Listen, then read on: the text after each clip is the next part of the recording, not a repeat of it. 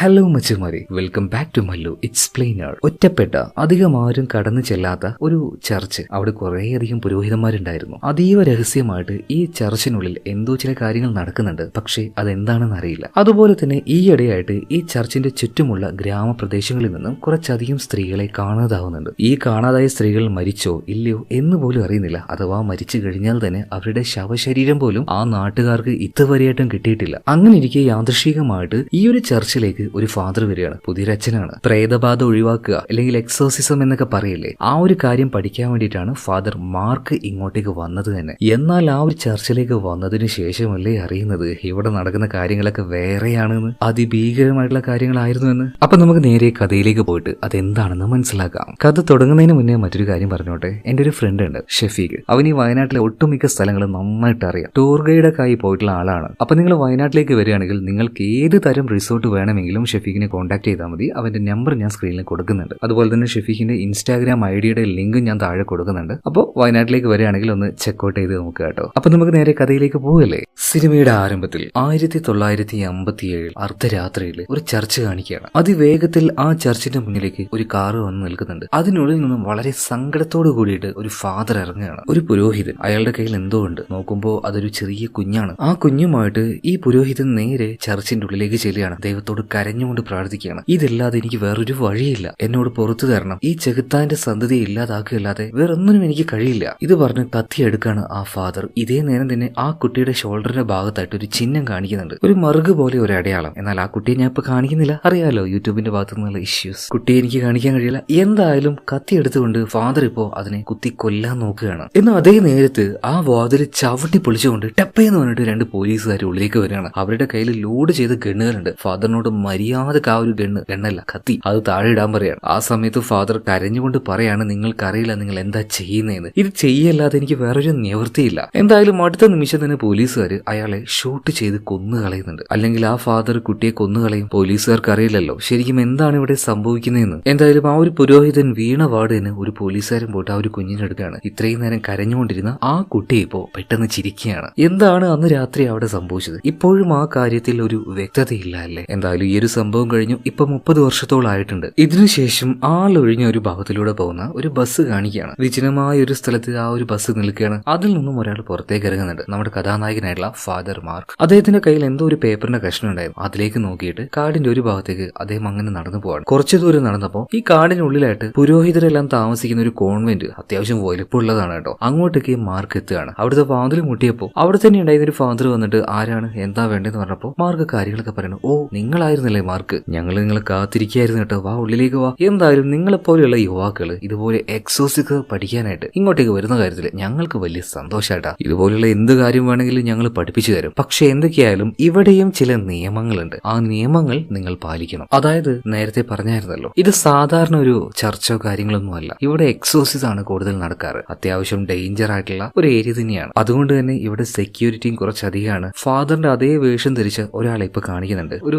Security father എന്ന് വേണമെങ്കിൽ പറയാം. ആളെ നോക്കുകയാണെങ്കിൽ ഭയങ്കര വലുപ്പമുള്ള ശരീരമാണ്. കണ്ടാൽ തന്നെ ചിലപ്പോൾ ഒന്ന് പേടിയായി പോകും. എന്തായാലും ആ ആളെ കൊണ്ട് നമ്മുടെ മാർക്കിന്റെ ബാഗും കാര്യങ്ങളൊക്കെ അവനിപ്പോ കൂട്ടിക്കൊണ്ടുവന്ന ആ ഫാദർ ഉണ്ടല്ലോ, അദ്ദേഹം ചെക്ക് ചെയ്യാൻ വേണ്ടി പറയാണ്. കാരണം ഇതൊരു ഐസൊലേറ്റഡ് ഏരിയ ആണ്. ഇങ്ങോട്ടേക്ക് പുറത്തുനിന്നുള്ള ഒന്നും കൊണ്ടുവരാൻ പാടില്ല. എന്നാൽ ബാഗ് തപ്പി നോക്കിയപ്പോൾ അതിനുള്ളിൽ ഒന്നും ഉണ്ടായിരുന്നില്ല. അതുപോലെ തന്നെ ഒരു കൊന്തമാല. ഇപ്പൊ ആ ഒരു ഫാദർ തൽക്കാലം സെക്യൂരിറ്റി ഫാദറിനെ നമുക്ക് ഡൊമിനിക് എന്ന് വിളിക്കാം. അപ്പൊ ഈ ഡൊമിനിക് ഫാദർ ഒരു കൊന്തമാല കൊടുക്കുകയാണ്. അപ്പൊ അത് വേണ്ട, എന്റെ കയ്യിൽ ഒരെണ്ണം ഉണ്ട് എന്ന് പറയുന്നത്. ശരി ആയിക്കോട്ടെ എന്ന് പറഞ്ഞിട്ട് ഫാദർ മാർക്കിനെ അദ്ദേഹത്തെ ഇങ്ങോട്ടേക്ക് വിളിച്ചുകൊണ്ടുവന്ന ആ ഒരു ഫാദർ ഉണ്ടല്ലോ, ആ ഫാദറിനെ തൽക്കാലം നമുക്ക് ആന്റണി എന്ന് വിളിക്കാം. അപ്പൊ ഈ ആന്റണി ഫാദർ നമ്മുടെ ഫാദർ മാർക്കിനെയും കൂട്ടി നേരെ അവനായിട്ടുള്ള മുറിയിലേക്ക് ആക്കി കൊടുക്കുകയാണ് കേട്ടോ. എന്നാൽ ഒരു കാര്യമുണ്ട്, ഇവിടെ കറണ്ട് ഇല്ല, ഫോണില്ല, TV ഇല്ല, ഒന്നുമില്ല. ആകെയുള്ളത് മെഴുകുതിരി മാത്രമാണ്. അപ്പൊ എല്ലാം ഒന്ന് അഡ്ജസ്റ്റ് ചെയ്ത് ഇവിടെ നിൽക്കണം. പിന്നീട് ബാത്റൂം ഒക്കെ ഇതാ അവിടെയാണ്. ഡിന്നറിന്റെ സമയമാകുമ്പോൾ ഞങ്ങൾ വിളിച്ചോളാം. പിന്നെ പ്രധാനമായിട്ടൊരു കാര്യം, ഇവിടുത്തെ ഒരു നിയമമാണ്, രാത്രി സമയങ്ങളിൽ അനാവശ്യമായിട്ട് പുറത്തേക്ക് ഇറങ്ങി നടക്കരുത്. അത് ഞങ്ങൾക്ക് വേണ്ടിയല്ല, നിനക്ക് വേണ്ടിയിട്ടാണ് പറയുന്നത്, നിന്റെ സേഫ്റ്റിക്ക് വേണ്ടി. ഇതും പറഞ്ഞ്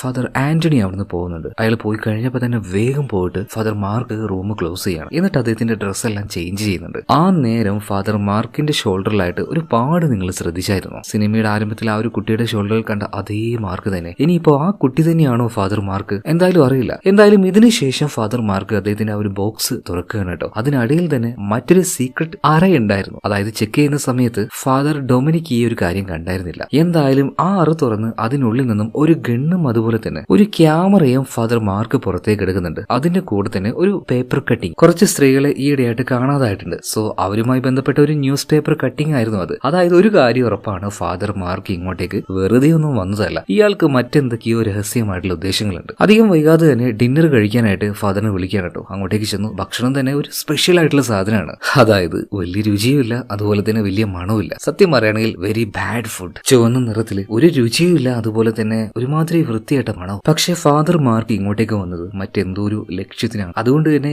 ഈ ഫുഡ് മോശമാണ് എന്ന രീതിയിൽ അവരോട് പെരുമാറാനൊന്നും പറ്റില്ല. അതുകൊണ്ട് സഹിച്ച് അവനത് കഴിക്കുകയാണ്. എന്നാൽ ഇതേ നേരത്തെ തന്നെ ആ കൂട്ടത്തിലെ ഒരു ഫാദർ ജോഷുവ വളരെ കാര്യമായിട്ട് തന്നെ ഇടക്കിടക്ക് നമ്മുടെ മാർക്കിനെ അങ്ങനെ നിൽക്കുന്നുണ്ട്. ഈ ഫാദർ ജോഷുവ എന്ന് പറഞ്ഞാൽ നേരത്തെ മാർക്കിനെ കൊണ്ടുവന്നില്ല, പ്രധാനിയായിട്ടുള്ള ആ ഒരു ഫാദർ ആന്റണി. ഈ ആന്റണിയുടെ റൈറ്റ് ഹാൻഡ് ആണ് ജോഷുവ. എന്തായാലും ഭക്ഷണം എല്ലാം കഴിച്ചു കഴിഞ്ഞതിന് ശേഷം ഫാദർ മാർക്ക് ചുമ്മാ സ്ഥലക്കൊന്ന് കാണാനായിട്ട് അതിലൂടെ നടക്കുകയാണ്. ആ നേരം ഈ ഒരു ചർച്ചിന്റെ വ്യത്യസ്തമായിട്ടുള്ള ഒരു ഭാഗം കാണുകയാണ് കേട്ടോ. കാണുമ്പോൾ തന്നെ പേടിയാവുന്ന രീതിയിലിരിക്കുന്ന കുറച്ചധികം സ്ത്രീകൾ. അവർക്ക് ഭക്ഷണം കൊടുക്കാൻ വേണ്ടി പോയ ജോഷുവ ഭക്ഷണമാണോ മരുന്നാണോ എന്നൊന്നും അറിയില്ല. എന്തായാലും അത് സാധാരണ സ്ത്രീകളല്ല. അതായത് ഈ ബാധയൊക്കെ കയറിയ മനുഷ്യരുണ്ടാവില്ലേ, അതുപോലെയുള്ള സ്ത്രീകൾ. ശരിയും എക്സോസിസം അത് പഠിക്കാനൊന്നുമല്ല ഫാദർ മാർക്ക് ഇങ്ങോട്ടേക്ക് വന്നെന്ന് തോന്നുന്നു. അതുകൊണ്ടാണ് ഇതൊക്കെ കാണുമ്പോൾ അദ്ദേഹത്തിന് ഒരു പേടിയും വല്ലാത്തൊരു ഉത്കണ്ഠയൊക്കെ തോന്നുന്നു കേട്ടോ. അതായത് ഇന്ന് രാത്രി എക്സോസിസം ചെയ്യാനുള്ള ലേഡിയാണ് ആ ഇരിക്കുന്നത്. അധികം വൈകാതെ ആ എക്സോസിസിനുള്ള ചടങ്ങുകൾ ആരംഭിക്കുകയാണ്. അതായത് പ്രേതബാധ ഒഴിപ്പിക്കൽ, അതിനുള്ള ചടങ്ങുകൾ തുടങ്ങാൻ പോവാണ്. കുറെ ഫാദേഴ്സ് അങ്ങോട്ടേക്ക് വന്നിട്ടുണ്ട്. ആ കൂട്ടത്തിൽ ഇവരിപ്പോ നമ്മുടെ ഫാദർ മാർക്കിനെയും കൂടെ കൂട്ടിയിട്ടുണ്ട്. അപ്പൊ പ്രധാനിയായിട്ടുള്ള ആ ഒരു പ്രേസ്റ്റ് വന്നിട്ട് ഒരു കാര്യം നമ്മുടെ ഈ മാർക്കിനോട് ചോദിക്കുന്നുണ്ട്. അതായത് ഈ എക്സോസിസം അത് ചെയ്യാനുള്ള ഏറ്റവും നല്ല സമയം അത് ഏതാണെന്ന് നിനക്കറിയോ? അതിന് വ്യക്തമായുള്ള മറുപടി മാർക്ക് കൊടുക്കുന്നുണ്ട് കേട്ടോ. കൃത്യം പറയുകയാണെങ്കിൽ 6 മണി. പിശാചുക്കളുടെ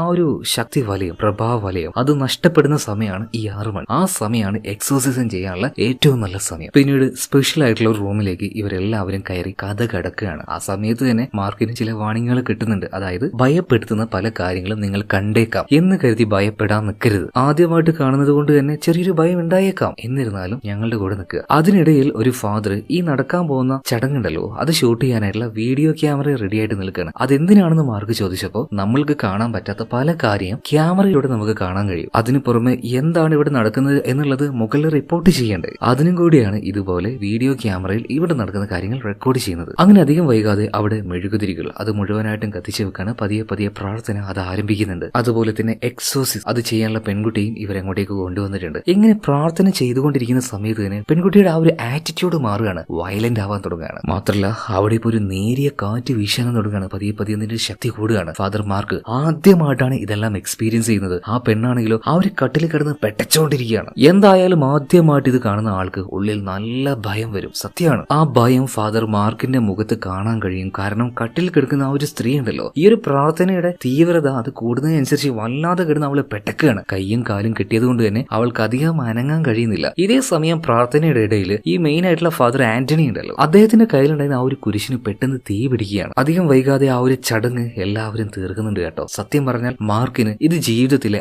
ആദ്യത്തെ എക്സ്പീരിയൻസ് ആണ്. എന്തായാലും അവനാകെ അങ്ങോട്ട് ഇല്ലാതായി വിറച്ചു പോയിട്ടുണ്ട്. എന്തായാലും ചടങ്ങെല്ലാം കഴിഞ്ഞ സമയത്താണ് നമ്മുടെ മാർക്ക് ഒരു കാര്യം ശ്രദ്ധിക്കുന്നത്. ഈ ഒരു ഏരിയയിൽ അല്ലെങ്കിൽ ഈ ഒരു ബിൽഡിങ്ങിന്റെ പല ഭാഗത്തായിട്ട് രഹസ്യമായ പല വാതിലുകളുണ്ട്. ഇതൊക്കെ എന്തിനാണെന്ന് പോലും മനസ്സിലാവുന്നില്ല. എന്തായാലും അവന്റെ ജോലി അത് അവൻ ചെയ്യാൻ തുടങ്ങുകയാണ്. ഈ രഹസ്യ വാതിലുകൾ അതെന്തിനാണെന്നുള്ള കണ്ടുപിടിക്കണം. അതിന് മുന്നേ ആയിട്ട് കാര്യങ്ങൾ ആരംഭിക്കേണ്ടത് മെയിൻ ആയിട്ടുള്ള ഫാദർ ഉണ്ടല്ലോ, ഫാദർ ആന്റണി, അയാളുടെ മുറിയിൽ വെച്ചാണ്. സോ അതിനുവേണ്ടി ആ റൂമിന്റെ അരികിലേക്ക് പോയിട്ട് അവിടെ ആരും ഉണ്ടാകില്ല എന്ന് കരുതിയിട്ട് പതിയെ അത് തുറക്കാൻ നിൽക്കുമ്പോൾ ഒരു വിളി കേൾക്കുകയാണ്. ഫാദർ മാർക്ക്, നിങ്ങൾ എന്താ അവിടെ ചെയ്യുന്നത്? തിരിഞ്ഞു നോക്കിയപ്പോൾ മാർക്ക് പെട്ടെന്ന് ഞെട്ടിപ്പോവാണ്. മറ്റാരുമല്ല, മറ്റേ ഒരു സെക്യൂരിറ്റി ഫാദർ ഉണ്ടല്ലോ, ഡൊമിനിക് ആയിരുന്നു. അയാളുടെ രൂപം തന്നെ കുറച്ചധികം വ്യത്യസ്തമാണ്, കണ്ടാൽ തന്നെ പേടിയാവും. അപ്പൊ ഈ ഡൊമിനിക് ചോദിക്കുന്നുണ്ട്, നിങ്ങൾ എന്താ ഇവിടെ?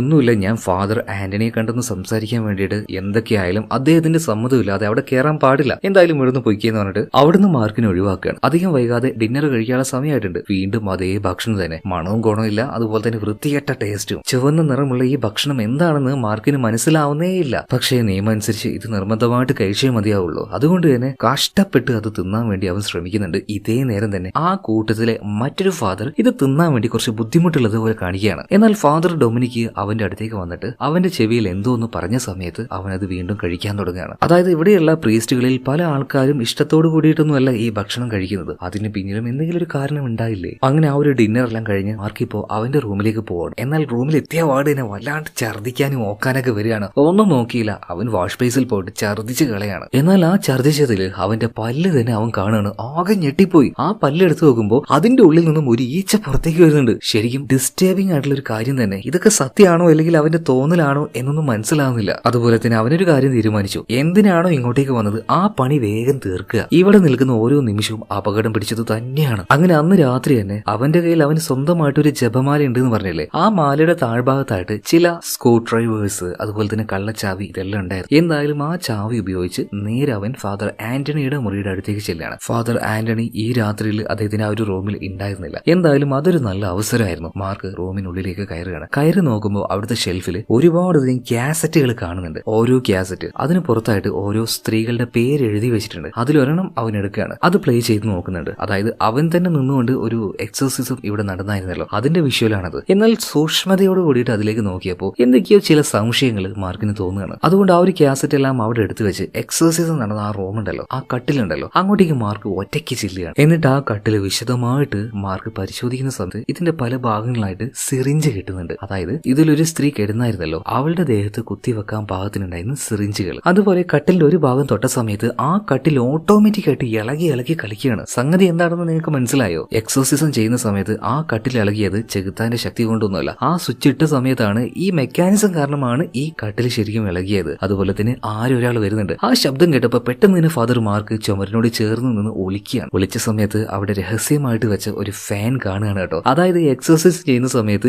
എവിടെ നിന്നും ഒരു കാറ്റ് വന്നായിരുന്നല്ലോ, അത് ഈ ഫാൻ ഉപയോഗിച്ചിട്ടാണ്. ഇതങ്ങനെ ആർക്കും കാണാൻ കഴിയില്ല. അങ്ങനെയാണ് അത് അവിടെ വെച്ചിരിക്കുന്നത്. അതുപോലെ തന്നെ പ്രാർത്ഥന ചെയ്യുമ്പോൾ, അതായത് എക്സോസിസം ചെയ്ത സമയത്ത് ആ കുരിശിൽ അതെങ്ങനെയാ തീ വന്നത്? കുരിശും അവിടെ തന്നെ ഉണ്ടായിരുന്നു. അവൻ അതെടുത്ത് പരിശോധിച്ച് നോക്കുമ്പോൾ കുരിശ് സത്യം പറഞ്ഞാൽ ഒരു ലൈറ്റർ പോലെയാണ്. അതിലും ഒരു സ്വിച്ച് ഉണ്ടായിരുന്നു. അതിട്ട് കഴിഞ്ഞാൽ തീ വരും. ഒട്ടാകെ പറയുകയാണെങ്കിൽ എക്സോസിസം എന്ന് പറഞ്ഞിട്ട് അന്ന് അവിടെ നടന്നത് ഒരുമാതിരി ഒരു ഉടായിപ്പ് പരിപാടിയാണ്. പക്ഷെ എന്തിനാണ് ഇങ്ങനെയുള്ള ഓരോ പരിപാടികൾ ഇവിടെ ചെയ്യുന്നത്? എന്ത് തേടിയാണ് മാർക്ക് ഇങ്ങോട്ടേക്ക് വന്നത്? അന്ന് രാത്രി കൂടുതലൊന്നും മാർക്കിന് കണ്ടുപിടിക്കാൻ കഴിഞ്ഞില്ല. ആ ഒരു ദിവസം കഴിഞ്ഞു പോവാണ്. പിറ്റേ ദിവസം ആയിട്ടുണ്ട്. ഇപ്പൊ എല്ലാ പുരോഹിതരെയും പള്ളിയിലേക്ക് വിളിച്ചു കൂട്ടിയിരിക്കുകയാണ്. കാരണം പ്രാർത്ഥന നടക്കാൻ വേണ്ടി പോവാണ്. ഇപ്പൊ പ്രധാനിയായിട്ടുള്ള ഫാദർ ആന്റണി ഫാദർ മാർക്കിനോട് അവനോട് പ്രാർത്ഥിക്കാൻ വേണ്ടി പറയാണ് കേട്ടോ. അവനിപ്പോ ഇംഗ്ലീഷിൽ പ്രാർത്ഥന ആരംഭിക്കുകയാണ്. അപ്പൊ ഫാദർ ആന്റണി പറയാണ്, ഇംഗ്ലീഷിലല്ല ലാറ്റിൻ ഭാഷയിൽ നീ പ്രാർത്ഥിക്കുന്നത്. ഫാദർ മാർക്ക് ആകെ കൊടിഞ്ഞു പോവാണ്. ലാറ്റിൻ ഭാഷയുടെ ഒരു അക്ഷരം പോലും ഇവന് മര്യാദക്ക് അറിയില്ല. പിന്നെ എങ്ങനെയാണ് ആ ഭാഷയിൽ പ്രാർത്ഥിക്കാൻ പറ്റുക? അപ്പൊ അവനെ ഹെൽപ്പ് ചെയ്യാനായിട്ട് ഫാദർ ജോഷു വരുന്നുണ്ട്. എന്നാൽ ഫാദർ ജോഷു നോക്കിയിട്ട് ആന്റണി പറയാണ്, അവനെ ഏൽപ്പിച്ച പണി അവൻ തന്നെ ചെയ്താൽ മതി. എന്തായാലും ഫാദർ മാർക്കിന്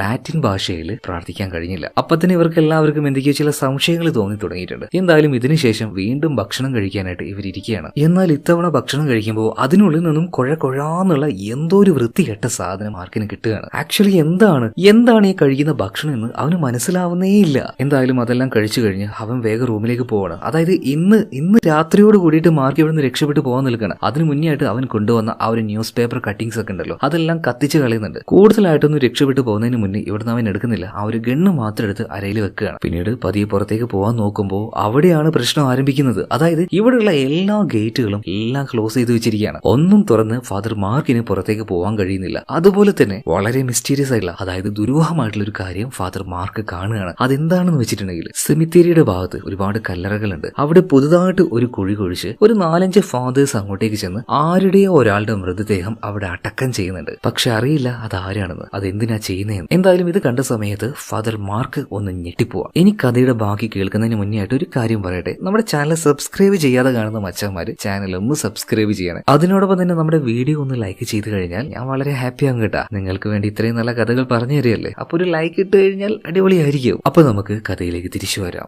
ഇപ്പൊ ഫാദർ മാർക്ക് നോക്കിയ സമയത്ത് 4-5 പേര് ചേർന്ന് ആരെയോ ഒരാളെ കുഴിച്ചിടുന്ന കണ്ടല്ലോ. അപ്പൊ ധാരാണെന്ന് നല്ല സംശയം തോന്നി. അതായത് എക്സർസൈസ് ചെയ്തപ്പോ ആ ഒരു ലേഡി ഉണ്ടായിരുന്നില്ലേ, അവര് മരിച്ചു കാണുമോ, അവരായിരിക്കും അത്. അങ്ങനെ ഒരു സംശയം തോന്നിയത് കൊണ്ട് തന്നെ ആ സ്ത്രീയെ പൂട്ടിയിട്ട് റൂമിലേക്ക് ചെന്ന് നോക്കുമ്പോൾ ആ സ്ത്രീ അവിടെ കാണാനില്ല. പകരം അവിടെ ഒരു ഇച്ചിരി രക്തമാണ് കാണുന്നത്. പെട്ടെന്ന് പിന്നിൽ നിന്നും ഒരു വിളി കേൾക്കുകയാണ്. പെട്ടെന്ന് ആയതുകൊണ്ട് തന്നെ മാർക്ക് ഒന്ന് ഞെട്ടിപ്പോകുന്നുണ്ട്. നോക്കുമ്പോൾ ആരാണ്? ആന്റണി ഫാദർ ഉണ്ടല്ലോ, അയാളുടെ അസിസ്റ്റന്റ് ആയിട്ടുള്ള ഫാദർ ജോഷു ആയിരുന്നത്. ജോഷു പറയാണ്, എത്രയും പെട്ടെന്ന് തന്നെ ഇവിടുന്ന് കുമ്പസാരം നടത്തുന്ന ആ ഒരു സ്ഥലത്തേക്ക് നീ വാ, നിന്നോട് ചില കാര്യങ്ങൾ സംസാരിക്കാനുണ്ട്. എന്തായാലും ഇവിടെ വെച്ച് വേണമെങ്കിൽ മാർക്കിനെ ജോഷുക്ക് കാണിച്ചു കൊടുക്കായിരുന്നു. എന്നിട്ടും അത് ചെയ്യാതെ കുമ്പസാര റൂമിലേക്ക് വരാൻ പറയണമെങ്കിൽ എന്തെങ്കിലും ഒരു കാരണം അതിന്റെ പിന്നിൽ ഉണ്ടാവുമല്ലോ. പിന്നീട് കുമ്പസാരം നടത്തുന്ന ആ ഒരു ഏരിയ ഉണ്ടല്ലോ, അങ്ങോട്ടേക്ക് ചെല്ലുകയാണ്. അവനോടൊരു കാര്യം ഇപ്പൊ ഫാദർ ജോഷു പറയുന്നുണ്ട്. നീ വന്നപ്പം മുതൽ ഞാൻ നിന്നെ ശ്രദ്ധിക്കുന്നുണ്ട്. എന്തോ ഒരു കള്ളത്തരം നിനക്കുണ്ട്. അതായത് നീ എന്തോന്ന് തേടിക്കൊണ്ടിരിക്കുകയാണ്. നീ ഒരു ഫാദർ അല്ല. ഫാദർ മാർക്ക്, ഞാൻ നിന്നോടൊരു കാര്യം പറയട്ടെ. നിന്നെ പോലെ തന്നെ മറ്റൊരു ആവശ്യത്തിന് ഇങ്ങോട്ടേക്ക് വന്ന ആളാണ് ഞാൻ. പക്ഷെ ഇവിടുന്ന് രക്ഷപ്പെടാൻ നോക്കി എന്നെ അവർ പിടികൂടി. ശക്തമായ ശിക്ഷ അവരെനിക്ക് തന്നു. ഇവിടുന്ന് ഒരിക്കലും രക്ഷപ്പെടാൻ കഴിയില്ല. ഇവിടുന്ന് രക്ഷപ്പെടാൻ നോക്കണ്ട. തടി ഉടനടി കേടാവാതിരിക്കണമെങ്കിൽ തൽക്കാലം ഇവിടുത്തെ സിറ്റുവേഷനായിട്ട് അഡാപ്റ്റ് ചെയ്തോളൂ എന്ന് പറയാം. പിന്നീട് ഫാദർ ജോഷുവ പോകാൻ നിൽക്കുമ്പോൾ ഇപ്പൊ മാർക്ക് പറയാണ്, നീ വിചാരിച്ചതുപോലെയുള്ള ഒരാളല്ല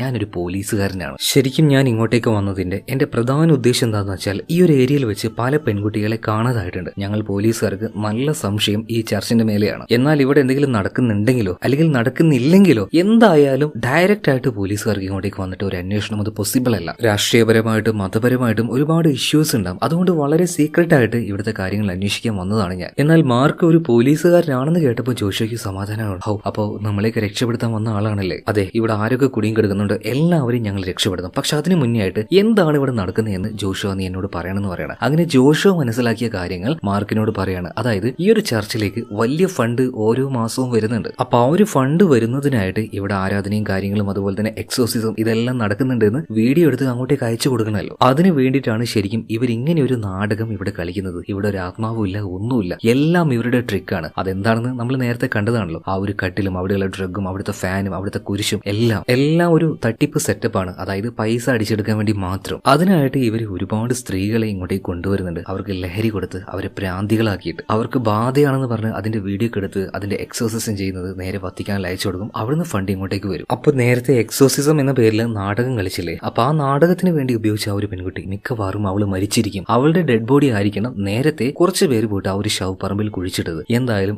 രാത്രിയിൽ തന്നെ അങ്ങോട്ടേക്ക് മാർക്ക് ചെല്ലുകയാണ്. അവർ കുഴിച്ചിട്ട് ആ ഒരു ശവക്കുഴി ഉണ്ടല്ലോ, അതിപ്പോ മാർക്ക് ആരും അറിയാതെ തോണ്ടുകയാണ്. തോണ്ടി നോക്കി അതിനുള്ളിൽ ഒരു പെട്ടി കാണാണ്. പെട്ടെന്ന് തന്നെ ആ ഒരു പെട്ടി തുറന്നു നോക്കുകയാണ്. എന്നാൽ അതിനുള്ളിൽ ഒരു കാര്യം കണ്ട് അവൻ ഞെട്ടിപ്പോവാണ്. എന്താണ് അതിനുള്ളിൽ അവൻ കണ്ടത് എന്ന് നോക്കുകയാണെങ്കിൽ അതിനുള്ളിൽ ഒന്നുമില്ല, കാലി പെട്ടിയാണ്. ഇതിപ്പോ എന്തിനപ്പോ അവര് ഇങ്ങനെയൊരു നാടകം, അതായത് ഒരു ശവം കുഴിച്ചിടുന്നത് പോലെ ഒരു നാടകം വീണ്ടും കളിച്ചത്? അധിക നേരമൊന്നും അത് ആലോചിക്കാൻ വേണ്ടി മാർക്കിന് പറ്റിയില്ല. പെട്ടെന്ന് അവനിട്ട് ഒരു അടിയും കിട്ടുന്നുണ്ട്. തലയിൽ ഒരു തുണിയും വന്ന് വീഴുകയാണ്. ആ തുണി ഇട്ടത് മറ്റാരുമല്ല, ഫാദർ ഡൊമിനിക്ക് തന്നെയാണ്. അതായത് ടോട്ടലി ഇവിടെ എന്തൊക്കെയോ ഒരു മിസ്റ്ററി ഉണ്ടല്ലോ. ബോധം വന്ന് നമ്മുടെ മാർക്ക് നോക്കുമ്പോൾ അവനൊരു കട്ടിൽ കെട്ടി വെച്ചിരിക്കുകയാണ്. അതിന്റെ ഒരു ഭാഗത്തായിട്ട് ഫാദർ ഡൊമിനിക്ക് നിൽക്കുന്നുണ്ട്. ഇപ്പുറത്ത് ഒരു കസേരയിൽ ആന്റണി ഫാദർ ഇരിക്കുന്നുണ്ട്. ഫാദർ ആന്റണി ഇപ്പൊ മാർക്കിനോട് പറയാണ്, ഞങ്ങൾ ആദ്യം വിചാരിച്ചു നീ ഇങ്ങോട്ടേക്ക് വന്ന് ഇവിടുത്തെ സാഹചര്യങ്ങളുമായിട്ട് പൊരുത്തപ്പെടുമെന്ന്. എന്നാൽ അങ്ങനെയല്ല, ചില പണിഷ്മെന്റ് അപ്പൊ നിനക്ക് ആവശ്യമാണ്. നീ ഞങ്ങളുടെ വഴിക്ക് വരണം, വന്നില്ലെങ്കിൽ ഞങ്ങൾ വരുത്തും. ഇത് പറഞ്ഞ് ഇവരെപ്പോഴും കഴിക്കാറുള്ള ആ ഒരു ഭക്ഷണമല്ലോ, അത് 4 പാത്രത്തിൽ അവിടെ കൊണ്ടുവച്ചിട്ടുണ്ട്. ഒരുമാതിരി വൃത്തികെട്ട ചോയുള്ള ഭക്ഷണം, എന്തോ ഒരു മാംസക്ക പോലെ ആയിട്ട് തോന്നുന്നുണ്ട്. എന്തായാലും അത് കോരിപ്പോ അവന്റെ വായിലേക്ക് വെച്ചു കൊടുക്കുകയാണ്. അവൻ ആദ്യമൊന്നും തിന്നാൻ സമ്മതിച്ചില്ല, തുപ്പുകയാണ്. ആ നേരം ഫാദർ ഡൊമിനിക്ക് അവനെ പിടിച്ചു വെക്കുകയാണ്. അവന്റെ വായിലേക്ക് ആ 4 പാത്രത്തിലെ ഭക്ഷണം കുത്തി കയറ്റുന്നുണ്ട്. എല്ലാം കൂടെ ഉള്ളിലേക്ക് ചെന്നപ്പോ അവന്റെ ബോധം തന്നെ ഇല്ലാതായി പോവാണ്. കുറച്ചു നേരം കഴിഞ്ഞ്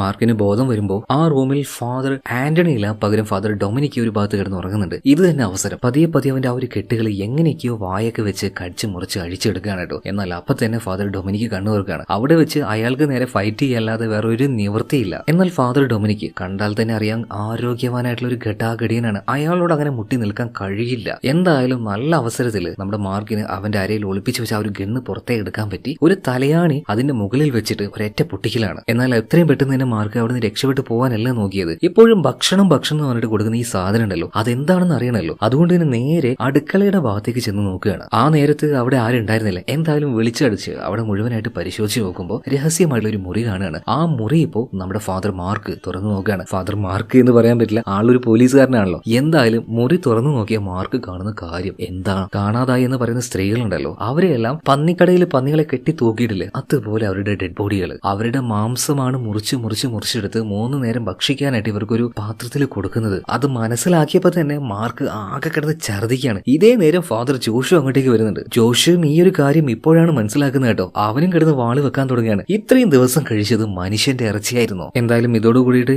എന്തിനാണ് മാർക്ക് ഇങ്ങോട്ടേക്ക് വന്നത് അത് ഏകദേശം തെളിഞ്ഞു കഴിഞ്ഞല്ലോ. ഇനി ഇവിടുന്ന് പുറത്തേക്ക് പോകണം, പോലീസിൽ റിപ്പോർട്ട് ചെയ്യണം. എന്നാൽ ഫാദർ ജോഷു പറയാണ്, നീ പോവാനായിട്ടില്ല, ഇനിയും മനസ്സിലാക്കാനുള്ള ചില കാര്യങ്ങൾ ഇവിടെ ബാക്കിയുണ്ട്. ആദ്യമൊന്നും മാർക്ക് സമ്മതിച്ചില്ല. എന്നിരുന്നാലും മാർക്കിനെ നിർബന്ധിച്ച് ജോഷു നേരെ ലൈബ്രറിയിലേക്ക് കൊണ്ടുപോവാണ്. അവിടെ ഒരു പുസ്തകമുണ്ട്, 800 വർഷങ്ങൾക്ക് മുന്നേ എഴുതപ്പെട്ട ഒരു പുസ്തകമാണത്. അതിൽ എഴുതി വെച്ച ഒരു പ്രധാന കാര്യം ഇപ്പൊ ഫാദർ ജോഷു വായിക്കുകയാണ്. അതായത് ഭാവി കാലത്തിൽ, ഇനി വരാനിരിക്കുന്ന കാലത്തിൽ ഒരു കുട്ടി ജനിക്കും. ആ കുട്ടി ജനിച്ചു കഴിഞ്ഞ് ആദ്യത്തെ ചന്ദ്രഗ്രഹണം അത് പൂർണ്ണമായിട്ട് നടക്കുമ്പോൾ അവന്റെ ഷോൾഡറിൽ ഒരു പാട് വന്ന് വീഴും. അതിനർത്ഥം ആ ഒരു കുട്ടി തെരഞ്ഞെടുക്കപ്പെട്ടവനാണ് എന്നാണ്. അങ്ങനെ ഒരു കുട്ടിയെ കണ്ടു കഴിഞ്ഞാൽ ഉടനടി കൊല്ലണമെന്ന് പുരാതനമായ 800 വർഷങ്ങൾക്ക് മുന്നേ രചിച്ച ഈ പുസ്തകത്തിൽ എഴുതി വെച്ചിട്ടുണ്ട്. അഥവാ ആ കുട്ടിയെ കൊല്ലാൻ കഴിഞ്ഞില്ലെങ്കിൽ അവൻ വളർന്നു വലുതാകും, അവൻ ഒരു സാത്താന്റെ സന്തതിയാണ്. ഈ ലോകത്തുള്ള മനുഷ്യരുടെ ചോര മുഴുവൻ ഊറ്റി കുടിച്ചല്ലാതെ അവൻ ഇവിടുന്ന് പോകില്ല. മാത്രമല്ല അവന്റെ ദേഹത്തുണ്ടാവുന്ന ആ ഒരു സിംബലും കൂടെ ആ ഒരു പുസ്തകത്തിൽ രേഖപ്പെടുത്തിയിട്ടുണ്ട്. എന്നാൽ അത് കണ്ടപാട് തന്നെ മാർക്ക് ആകെ ഞെട്ടിപ്പോവാണ്. കാരണം അവന്റെ ഷോൾഡറിൽ ഇതുപോലൊരു പാടുണ്ട്. മാർക്ക് അത് മനസ്സിലാക്കിയപ്പോ ജോഷിനും അത് മനസ്സിലായി കേട്ടോ. ഇപ്പൊ മാർക്ക് പറയണേ ഇതൊക്കെ എന്തൊക്കെ വിഡിതരാണ്, ഇതെന്താണ്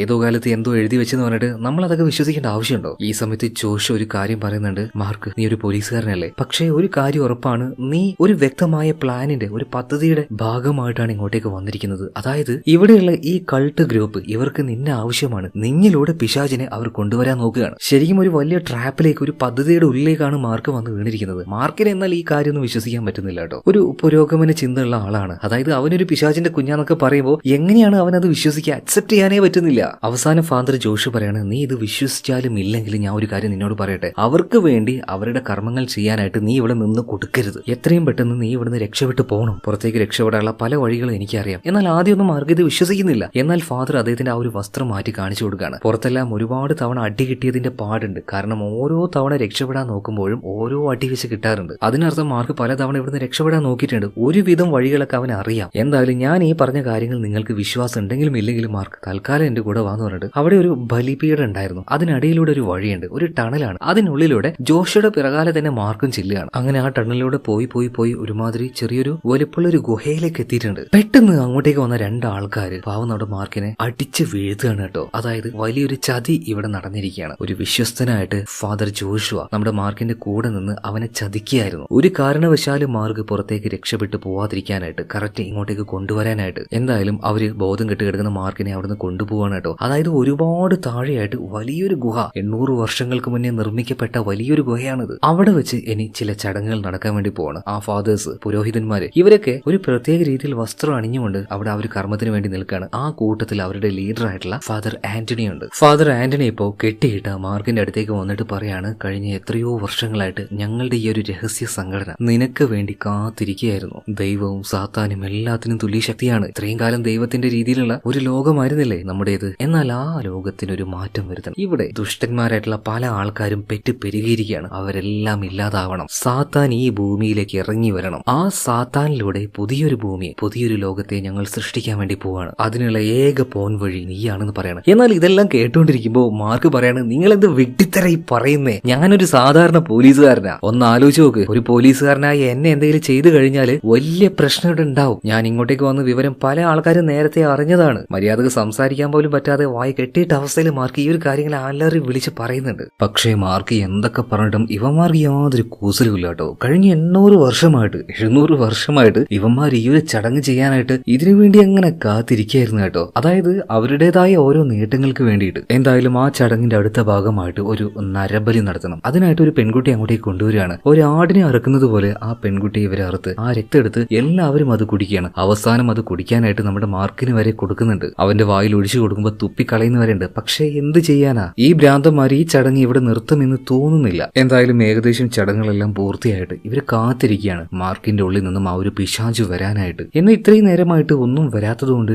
ഈ മെയിൻ ആയിട്ടുള്ള പുരോഹിതൻ, അതായത് ഫാദർ ആന്റണി വിചാരിക്കുകയാണ്, ഇതെന്താ സംഭവിക്കാത്തത്, ഇവൻ എന്താ യാതൊരു മാറ്റവും വരാത്തത്. ഇതേ നേരം തന്നെ ഈ ആന്റണിയുടെ അസിസ്റ്റന്റ് ആയിട്ടുള്ള ഫാദർ ജോഷു പറയാണ്, നിങ്ങൾ ചെയ്തതിൽ എന്തോ ഒരു അബദ്ധം അല്ലെങ്കിൽ ഒരു മിസ്റ്റേക്ക് വന്നിട്ടുണ്ട്. എന്തായാലും ഫാദർ ആന്റണി നല്ല എളിഭ്യനായിട്ട് എല്ലാവരുടെയും മുന്നിൽ അങ്ങനെ നിൽക്കുകയാണ് കേട്ടോ. ഇതേ നേരം തന്നെ മാർക്ക് ചിരിക്കുകയാണ്. വിഡ്ഢികൾ, കെട്ടുകഥകൾ വിശ്വസിക്കുന്ന ഓരോ വിഡ്ഢികൾ, ഇവിടെ ഒന്നും സംഭവിക്കാൻ പോകുന്നില്ല, മര്യാദക്കിനെ വിട്ടോന്ന് അവൻ വീണ്ടും പറയാണ്. ഇതേ നേരം തന്നെ ഫാദർ ജോഷു പറയാണ്, തൽക്കാലം ബാക്കിയുള്ള എല്ലാ ഫാദർമാരും ഇവിടുന്ന് തിരിച്ചു പോകണം, നമുക്ക് നാളെ വന്നിട്ട് എന്തെങ്കിലും ചെയ്യാം. എന്നാൽ എല്ലാവരുടെ ഇടയിലും അങ്ങോട്ടും ഇങ്ങോട്ടും തർക്കം. ആഹാ, ഞങ്ങൾ പോയിട്ട് നിങ്ങൾ ഇവിടെ ഇരുന്ന് ഒറ്റയ്ക്കിരുന്ന് ഈ ചടങ്ങ് ചെയ്ത് പിശാചിനെ കൊണ്ടുവന്ന് അതിന്റെ നേട്ടങ്ങൾ നിങ്ങൾ മാത്രമായിട്ട് എടുക്കാൻ നോക്കുകയാണല്ലേ. ഇത് പറഞ്ഞ് അങ്ങോട്ടും ഇങ്ങോട്ടും ഭയങ്കരമായ ബഹളം. ഈ സമയത്ത് ഫാദർ ജോഷു വന്നിട്ട് ഒരു കാര്യം ചെയ്യുന്നുണ്ട്. ഒരു കത്തിയെടുത്ത് മാർക്കിന്റെ വയറ്റിലേക്ക് ഒരൊറ്റ കുത്താണ്. അവൻ അപ്പൊ തന്നെ മരിച്ചു തോന്നുന്നു. എന്നിട്ട് ഈ മാർക്കിനെ നോക്കിയിട്ട് ഫാദർ ജോഷു പറയാണ്, കഴിഞ്ഞല്ലോ, എല്ലാം കഴിഞ്ഞല്ലോ, ഇനി ഒരു പിശാചുമില്ല, ഒരു ദൈവവും ഇല്ല, ഇവിടെ ഒന്നും അങ്ങനെയില്ല, എല്ലാം നമ്മുടെ മൂഢവിശ്വാസങ്ങൾ മാത്രമാണ്. അവൻ പക്ക ഒരു